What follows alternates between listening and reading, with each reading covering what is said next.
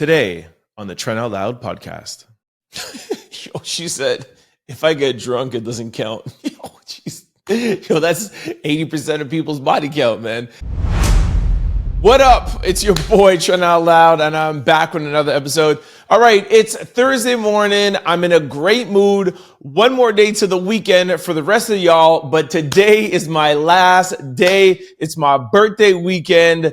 So today is my last day. I am taking Friday off. Thank you to the good people at CFQR600.com. Shout out to Phil, Jim, and the whole crew. All right. I got a great show set up for you guys today. I got 4 lead stories. First off, we're going to talk about a supermodel / porn star that says the guys who she's with on camera does not count towards her body count.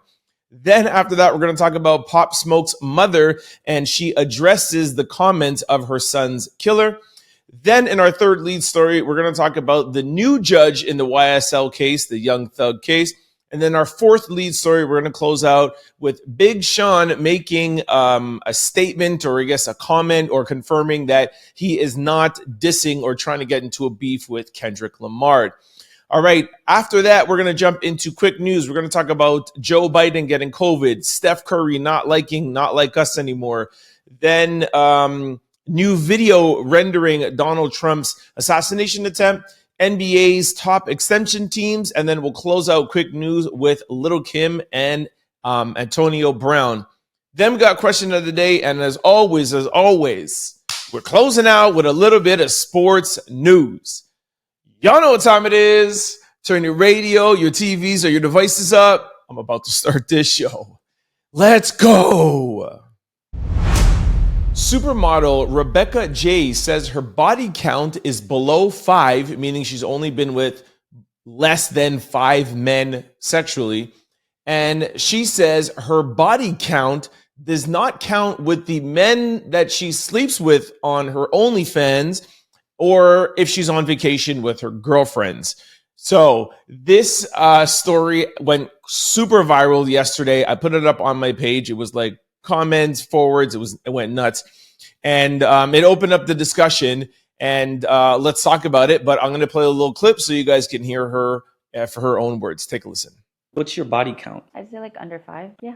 Even with OF and everything, under 5? Well, that's content, that doesn't count. That's like acting, that's Hollywood. For example, like if I meet a fan and we decide to do content, I don't consider that part of body count. If I go on a girls trip, whatever happens in that girls trip, I feel like that doesn't count as a body count. And also if I get drunk, I don't count whatever happens while I'm drunk. Yo, she said, if I get drunk, it doesn't count. Yo, jeez. Yo, that's 80% of people's body count, man. All right, so let's break this down. First of all, there's the fact that she's probably doing this just to go viral, and it's more of a skit and not necessarily really what she thinks. There's that angle. But just let's assume, for the sake of assuming, that this is what she means, because I think this is indirectly what she's trying to say. Is that the men that she is sexual with that actually have meaning, that there's a relationship, that's the bodies that she counts as sexual. And the acting thing, so there's that one. The acting part of it, her saying, well, hey, if I'm on doing content for OnlyFans, that really doesn't count. Or if I'm with a fan that's paying me or just for content, that really doesn't count because her emotional side is not involved in it. That's a little bit harder to understand. And that's why we have words, right? You know what I mean? So that would be indirectly just saying, listen, I've had, an unlimited amount of sexual partners, but I've only been in less than 5 serious relationships. That's why we have the command of the English language. You know what I mean? But if you say body count, and body count means these sexual partners that you've been with, that count does not count the emotional connection, the physical connection, if it was good, if it was bad, if it was long, or if it was short. Like there's a technical part to the body count, right? I mean, the slang body count comes from, murdering somebody, right? So it's like, what's your body count? If somebody, like, if it's manslaughter or if it's a premeditated or whatever the case is, like, murder is murder. So body count is body count. So, however, there are some women out there, and I'm thinking that's why she made this skit, quote unquote, half serious piece of content, is that, it brings up the argument of, like, does it really count if it's not meaningful? And, this is just one of those topics that it's the new age way of looking at things, right? But at the end of the day, the question is a direct question, and it's how many sexual partners you've had. And it really doesn't matter, like I said, if it's good, bad, long, short, vacation, not vacation, etc. It shouldn't matter. So now that I just reminded myself about the vacation and the drunk, if you are a performer and you want to say she's an actress and you want to say her OnlyFans content, her pornographic content, if that doesn't count, maybe you could get away with that. Maybe, just maybe.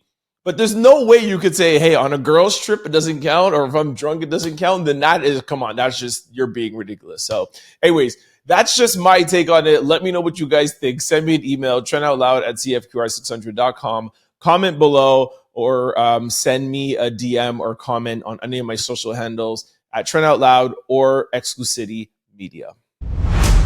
All right, this brings us to our second lead story. Pop Smoke's mother speaks on his alleged killers doing interviews following his release from jail. She says, the bottom line is your life is over. His life is finished. All right. So the late Pop Smoke's mother, Audrey Jackson, opened up in an interview with TT Torres about her son honoring his legacy, forgiveness, and more. She touches on Pop's alleged killer, Blockstar, released from jail after serving 4 years juvenile sentence for him pleading guilty in the murder of Pop Smoke. Many felt that Blockstar made disrespectful comments about the late rapper during a recent interview with No Jumper. Blockstar said, I'm not sorry for anything at all. It shouldn't have happened, but a lot of N-words die every day, and he's been rapping about it, so I'm not sorry, but my condolences to his family. Pop Smoke's mother said, I gotta let that go because that will eat me up. I gotta just let it go. The bottom line is your life is over. His life is finished. He's living, but if that's his approach to what he's done, his life is done for him. So that's a really, of course, it's a mom, right? I was gonna say it's a very mature way of looking at it, but she's obviously a mature, older woman. So she's looking at it from an awakened spiritual standpoint and not just looking at the disrespect of it all. So I'm still going to applaud her anyways, but I just realized, like, she's a mom, right? And this is what moms do. Here's a little clip of her during the interview. Take a listen. I got to let that go. Yeah. Because the bottom line is your life is over. Yeah. His life is finished. He's living. But if that's his approach to what he's done, life is done for him. Whew, that is just so powerful that she could look beyond the anger and the sadness and the resentment and all of that stuff and just be able to be so enlightened to just be like it's almost to say that, like, Blockstar is worse off than she is because of the place that he is in his life. And that is so major because a mother lost her son. So shout out to, let me just find her name again. Shout out to Audrey Jackson, Pop Smoke's mother, for being a strong, beautiful, courageous Black woman. These are the kind of things I like to see, man. This is the things that I like to talk about in my podcast. This is a good moment. So, and a lesson for all of us to take, man. So shout out to Pop Smoke's mom. And of course, rest in peace, Pop. All right, this brings us to our third lead story. Judge Paige Rice Whitaker is now assigned to the YSL trial. According to Law and Crime, the third judge assigned to the YSL trial is Judge Paige Rice Whitaker. Judge Whitaker is a former Fulton County prosecutor who also worked at the State Attorney General's office. In addition, she has been a judge in Fulton County since 2017. Whew. Before this judge was appointed, Paige Reese Whitaker, there was another judge, I think 2 days ago, and that headline was, a new judge assigned to the YSL trial steps aside due to ex-deputy reported relationship with co-defendant. So there's been two judges. So there's, two judges in total now that has stepped aside, and now we have a third new one. Anyways, this trial is literally becoming a complete disaster. I mean, it has been a disaster for the past couple of months. It is the longest trial in Georgia history. If I'm not mistaken, it's Atlanta or I think the state of Georgia, the longest trial ever. And the sad thing about it is that Young Thug is still being held without bond. And whether he's guilty or not, he does have a right to be presumed innocent till proven guilty. And the fact that the state is messing up this case so much, he should at least be bonded out so that he could be at home with his family and on the road and at least trying to make money, etc., until he is proven guilty. Now, I understand that in the beginning, the case was more, I don't know what the word is, more concrete, or the case seemed a lot stronger than it in the beginning. So I can maybe understand the court system saying, okay, he has means, he has this, he has that, or whatever. We're not going to give him bond. We want to keep him because he could be a danger to the community. But that's when you have a strong case. When the case is so weak and there's so many things that are going wrong, and there's judges being caught having private meetings and coercing other witnesses, and then that judge has to be put aside, and now then a second judge gets appointed, and then 2 days after that judge has to step aside because her deputy had something to do with somebody on the case, and now it's just a disaster. I've been talking about this on my podcast for the past 3 or 4 months, and every time I talk to you guys about it, it's something that they're messing up in the case. So, like I said, this is not a question of guilty or innocence. This is a question of the state, and this is a question of the case against Young Thug. And at least at the minimum, he should be bonded out. So we'll see what happens in the next couple of days. Of course, his defense team is going to ask for a mistrial, but even at that, we should at least get bonded. He should at least get bonded out. So we'll follow up and see what happens on the YSL case. All right, in our fourth and final lead story, Big Sean denies taking shots at Kendrick Lamar in his new On the Radar freestyle. And he says to academics, "You're reaching with this one." All right, Big Sean is shutting down claims that his recent lyrics were directed at Kendrick Lamar. This week, the Detroit rapper made a comeback on the popular On the Radar freestyle series, rapping over Aaliyah and Timbaland's If Your Girl Only Knew track.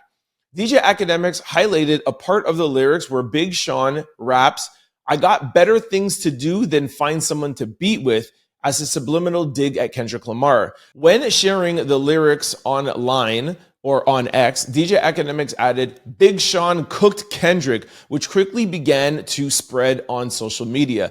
DJ Academics further fueled the controversy by posting Big Sean's previewing a new track that seemed to take shots at Kendrick Lamar and his hometown of Compton. Big Sean later spoke out and dismissed DJ Academics' comments and claimed that he was reaching, and instead supported veteran journalist Rob Marksman's analysis that the track in question was solely focused on beats, rhymes, and lifestyles. So there you have it. This started bumbling late last night. Oh my gosh, is Big Sean coming for Kendrick Lamar?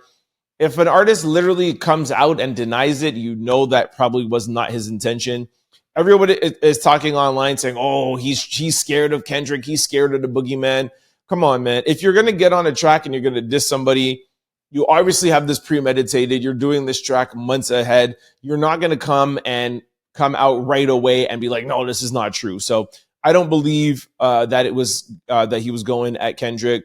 I agree with Rob. I think that this is DJ Academics just trying to have a little viral moment, trying to dig up some dirt and start some mess.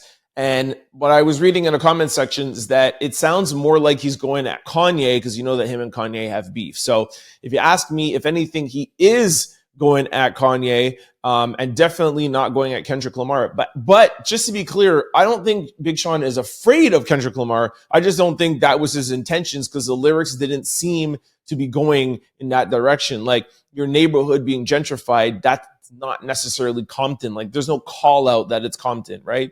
So, you know what I mean? And if anything, that would be Chicago, because Chicago is getting more gentrified than Compton is. But anyways, what do I know? You guys let me know what you think in the comments below, or send me an email, trendoutloud@cfqr600.com, or send me a DM at any of my socials, Trend Out Loud or Exclusivity Media.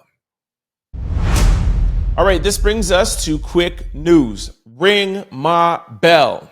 President Joe Biden tests positive for COVID-19. According to multiple reports, President Joe Biden just canceled his speech in Vegas because he tested positive for COVID-19. I actually saw the actual video online where I think he canceled it maybe like minutes before the speech, because there was people in the chairs, there was people at the tables, and everything was full. So I think it really was last minute.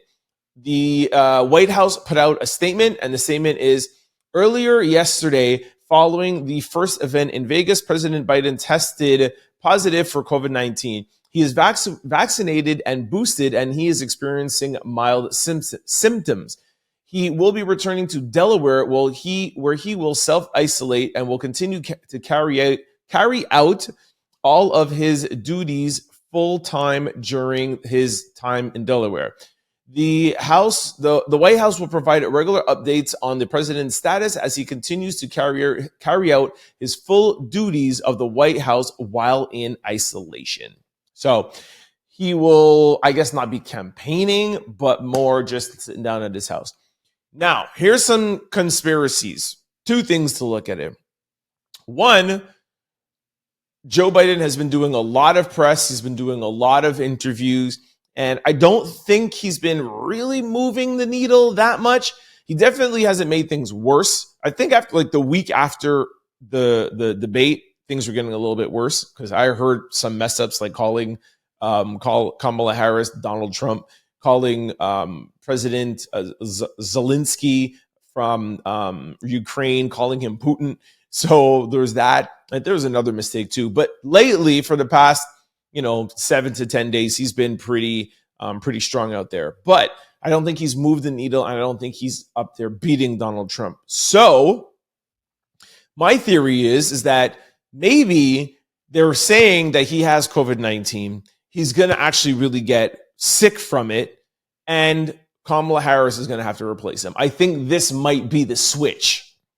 And it's not, I decided to step down. It's not looking like he is weak or whatever. It's a result of COVID-19, why he has to step down, why he can no longer run. And now you have Kamala Harris going against Donald Trump, because there is a ton of motivation behind the Republican Party right now. And it's looking really scary out here for the Democratic Party.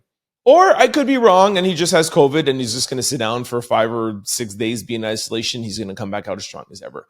We shall see. But like last week that I was right about Kanye West, maybe I might be right about this. We'll see.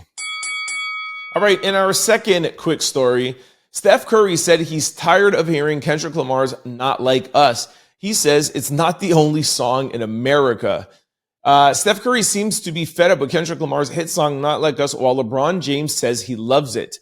I have a little clip. I don't know if you'll really be able to hear them well, but take a little listen to this clip and you'll hear them. This is them on the court in Paris. Take a listen.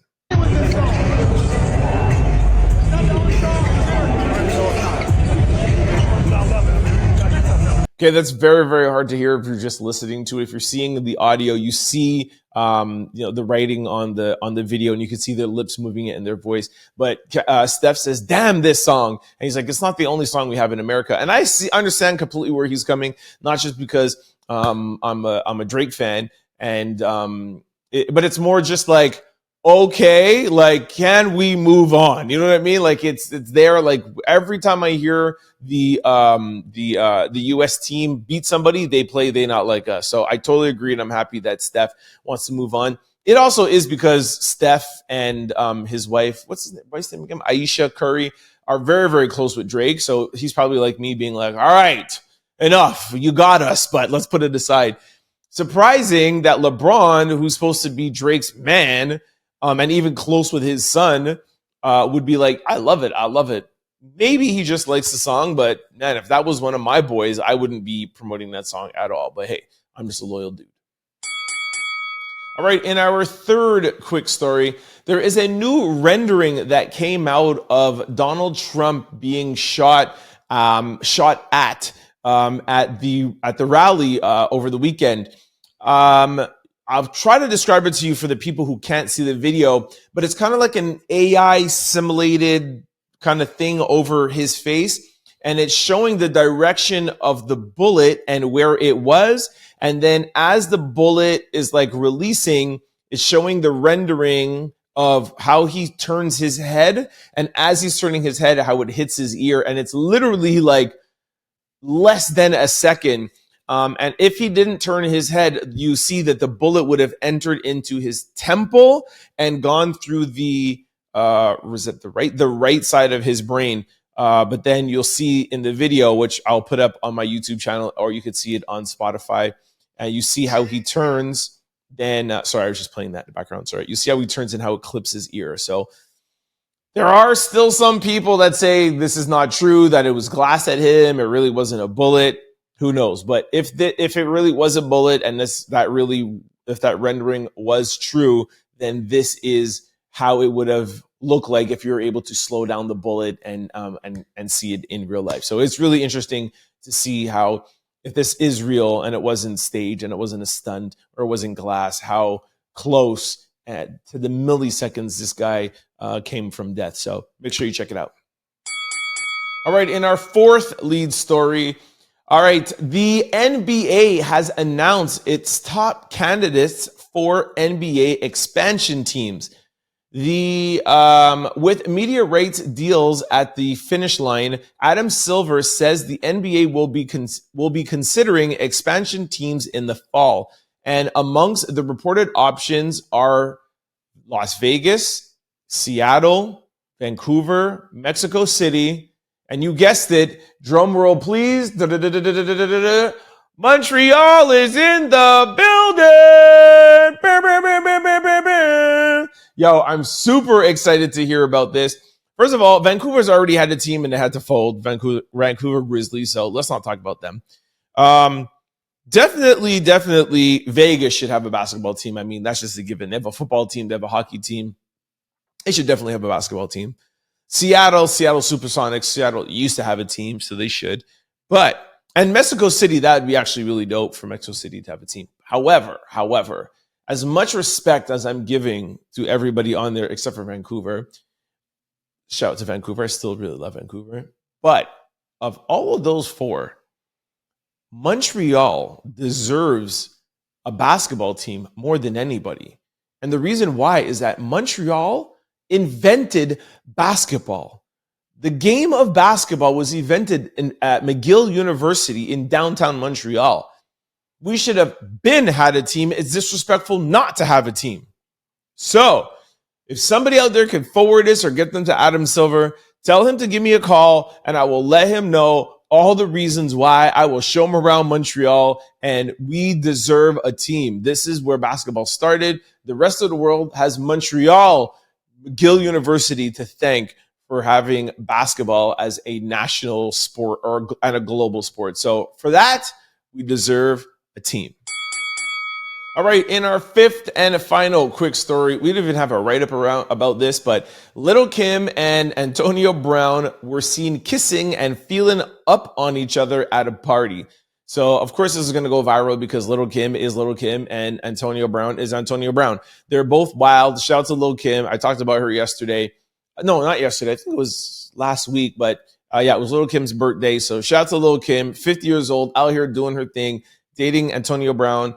Although I heard Antonio Brown was supposed to be like filing for bankruptcy last week or something. So I don't know, but hey, at least he's out here doing his thing and wifing up the legend Lil' Kim. So shout out to y'all. This might be a new couple alert, yo.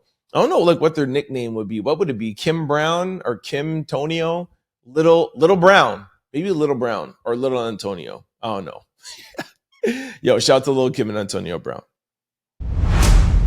All right, this brings us to question of the day. If you can instantly become an expert in any hobby or activity, what would it be? All right, let's see. Knowing other languages. Okay. Mature Tiffany 32 said that. Lady Trinity said stocks and trading. It's good. Chucky Lux said hip hop dancing or a choreographer. Okay. Mary Transform said finance or IT. Okay, that's better. Look, I would think about something to make money at, but it's a little tricky, this question, because it's an expert at a hobby or activity. And I don't really know how much financing and IT is a hobby, but we'll see. Oh, this one is smart. Infinite 82 said counting cards in blackjack. That's cool because that is a hobby and you could turn it into a little job, Somebody said the stock market. Hennessy Black 87 said healing, and then in brackets, medicine. American Region said voodoo. This is a good one. Queen Maxine said sign language. That would be good because if you could automatically become an expert in that, because I'm sure sign language takes a long time to learn. And that's what it would be. It would be a hobby that you actually never really would have the time to do, but actually would be good at. Nat_Bay said hacking. That's a really good one. Where'd we go? Gambling. That's why I don't know if gambling. That's why I said blackjack is really good. But Cheer Fonnet said gambling. I guess that could be a hobby or activity. I'm being very strict on y'all today. S. Fatima said maybe plumbing, mechanics, or electrician. Again, that's not a hobby or an activity. Somebody said defining in stocks. Okay. A musician. That's a good one. Oh, that's a really good one, man. Not to make money, but if you could just instantly be able to play like an instrument really well, that would be really cool. Somebody said golf. Yes, that's a good one too. I immediately joined a PGA tour. All right. Surgeon, maybe plastic surgeon. Finance, welding. Here we go. Traveling. Hello. But how do you become an expert at traveling? That's a little hard. Anyways, this is actually really a difficult question. I don't know who gave this to me. Somebody said a pianist, golf, surgeon, drawing and painting. That'd be cool too. If I could paint and just be automatically amazing at it. A pilot, that's a job, sir. Somebody said the lotto. Is playing the lotto a hobby? Hey, playing the lotto is a hobby, or that is a side activity. That's the best answer. Okay, I'm going to leave it at that. That is the answer of the day. If you could be an expert in a hobby or activity, it would be a lobby. It would be at the lotto. Great answer. All right, this brings us to sports news. The WNBA has reportedly agreed to a $2.2 billion in new media rights deal, set to quadruple its existing rights money with the potential to have more money. So there's a little thing that shows it here. It says the WNBA's current annual media right income is $50 million annually, and now it will be $200 million annually from their media rights deal. So yeah, that is 4x times their money. So I guess if you do 200, I guess that's close to a 10-year or maybe 11-year deal if I'm doing the math correctly. Yeah, it seems like they signed, because if it's worth $2.2 million and it's $200 million a year, it's 11 years, right? So that's it. So the WNBA is locked in. I think the NBA is locked into with media rights. Everybody is saying that, it's because of Caitlin Clark, Listen, Caitlin Clark just came into the league this year. They've been working on this deal for the past year or so. I'm not saying that Caitlin Clark and Angel Reese and the new players haven't helped. And yeah, and by the way, stop saying it's just Caitlin Clark, because it's a lot of the new school ladies that have come in, and a couple of the past too. I can't remember the one that was just in the 3-point competition with Steph Curry. So the WNBA has been heating up. But what it is more so is that these deals now are not just with one network. And that's also too why the NBA deal, they haven't announced it, but it's going to be so lucrative, is because, and also with the NFL, because the deals are not just ABC. It's ABC, streaming platforms, digital content, Instagram, blah, blah, blah, Amazon. Like, I think they're saying like at the NBA, there's going to be a game on every single day of the week. So one day you're going to have it on ABC. The next day you're going to have it on another platform. Then you're on Wednesdays, Amazon is going to have it. Then maybe like on Thursdays, Netflix will have it. So they can get money now from all these different avenues. And that brings me back to what I always talk about on this platform of how much I love the state of entertainment now, is that there's so many avenues to make money. Back in the day, I would never be able to have my own show like this that I record and put out, but YouTube has allowed that platform. And that's why you see Stephen A. Smith, he's on ESPN, but he's really working hard on his podcast that is coming out on YouTube because he knows that there is money on different platforms. The same thing like Shannon Sharp. He was on Fox with Undisputed. Then he started his podcast. He had the big interview with Cat Williams, which broke YouTube records, over 100 million views on YouTube. Of course, then he got his big contract with ESPN. So it's a great time to be in the entertainment industry, in the streaming industry, in the media industry. The one bad part about it is that because now it's such an open and easy forum, anybody can actually enter it. But at the end of the day, if you're good at what you do, you're going to rise to the top, right? The cream always rises to the top. That's just what it is, right? So shout out to the WNBA, shout out to the NBA, and shout out to all my content creators out there making dollars and making bucks and changing the landscape and, getting past the gatekeepers that were around 20 or 30 years ago. So, all right, that's it. That is the end of the show. Thank you very much for kicking with me. Like I said, there will be no show tomorrow. There will be no Friday show, but I'll definitely be back on Monday if I'm alive and well and kicking. I'll probably be hungover or very, very tired. But no, I'll be here on Monday to kick it with y'all, man. Before I leave, I just want to remind you guys of all the ways to stay in contact with myself and the show. If you're used to watching this show on YouTube or listening to it on podcast platforms, please try to check me out on CFQR600.com from Monday to Friday from 11 to 12. We do play the Trend Out Loud podcast, but we mix it in with 90s and 2000s hip hop and R&B. I select the music, so you know it's got to be dope. But it's a good hour. It's a great way to listen to the show and also listen to your favorite hits from the 90s and 2000s. Vice versa, if you're used to listening to this podcast on CFQR 600 or 600 AM, if you're in the Montreal area and you listen to it on the radio, and you can't always catch the show from 11 to 12, don't worry about it. All the shows are uploaded daily on YouTube and podcast platforms. So just go to your desired site, type in Trent Out Loud. The show will pop up. Hit the follow button or hit the subscribe button to make sure you get notified whenever we upload new episodes.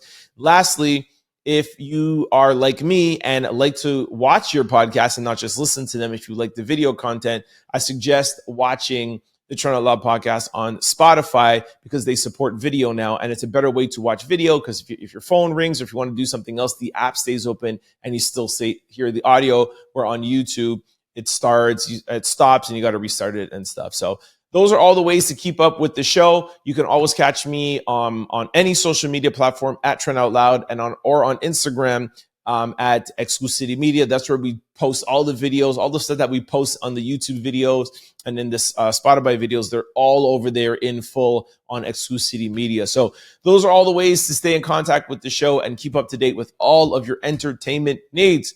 Thank you very much for kicking with me, and I will see you Monday. Peace. Don't forget to like, comment, and subscribe. It's your boy, Trent Out Loud. Peace.